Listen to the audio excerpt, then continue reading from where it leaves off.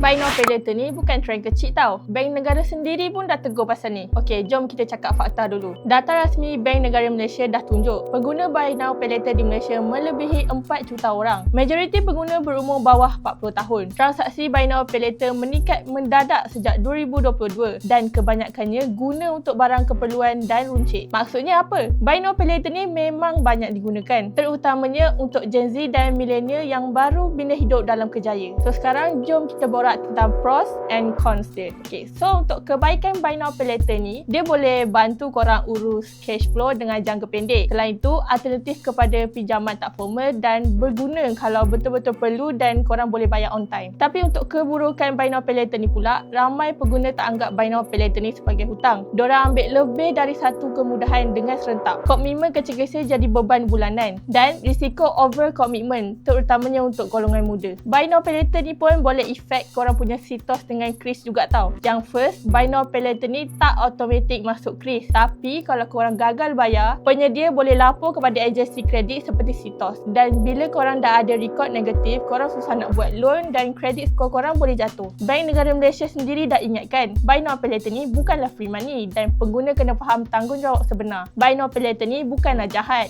Bank Negara Malaysia pun tak haramkan korang gunakan Buy Now Pay Later ni. Tapi dia bukan duit percuma. Kalau guna dengan disiplin, Buy Now Pay Later ni boleh bantu. Tapi kalau korang guna ikut rasa murah, dia boleh makan rekod kewangan korang. So, korang guna Buy Now Pay Later ni sebab perlu atau sebab senang?